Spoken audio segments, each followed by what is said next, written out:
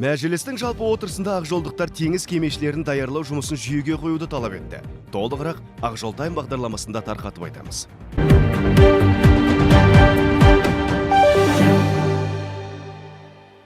Теңіз мамандарының тапшылығын жоюға неге жүйелі жұмыстар жүргізілмейді?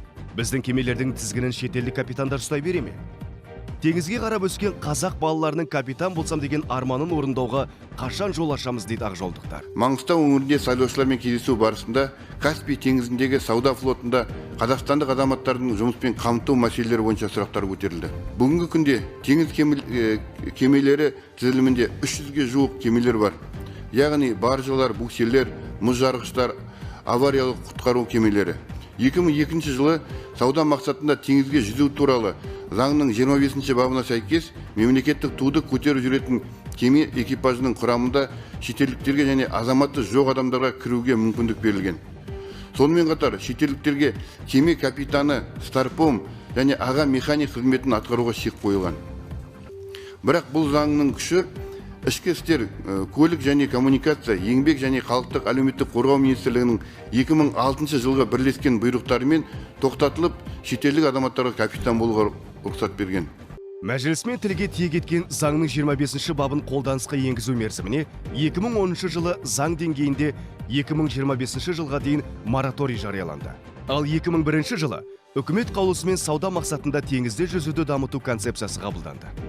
Осы концепцияда сауда теңіз флотында басқарушы құрам және кеме капитандарының, механиктерінің және тағы басқа жоғарғы билікті кадрлардың қажет екендігі, олардың білімдерін жетілдіру және тәжірибемен алмасу үшін көшбасшы порттар мен арнайы оқу орындарына жіберу, сондай-ақ білім беру жүйесінде тиісті факультеттерді ашу, теңіз флотының білікті мамандарын даярлау қажеттілігі баяндалып өткен болатын.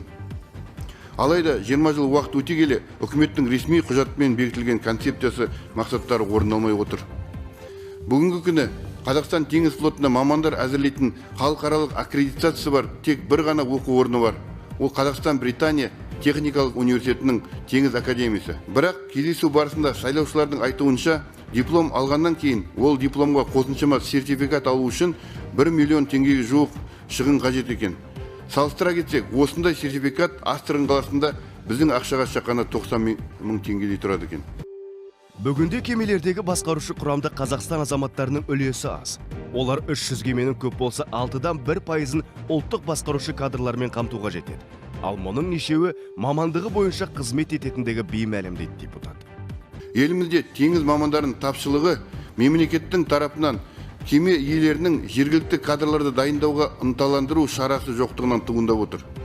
Осыған байланысты, құрметті Роман Васильевич, Қазақстанның оқу орындарына жеткілікті мамандар дайындау үшін тиісті факультеттерді ашуды, теңіз сауда флотына ұлттық кадрларды даярлау және олардың дипломдарын сертификациялау жұмысын елімізде жүйеге асыруға, осы салада қазіргі кезде дайын кадрлар бойынша сараптама жүргізіп, олардың квалификациясына сай жұмыспен қамтуды, сонымен қатар мораторий аяқталған уақытқа дейін қазақстандық кемелерді ұлттық мамандармен қамтамасыз ету жұмысын үдетуді сұраймыз.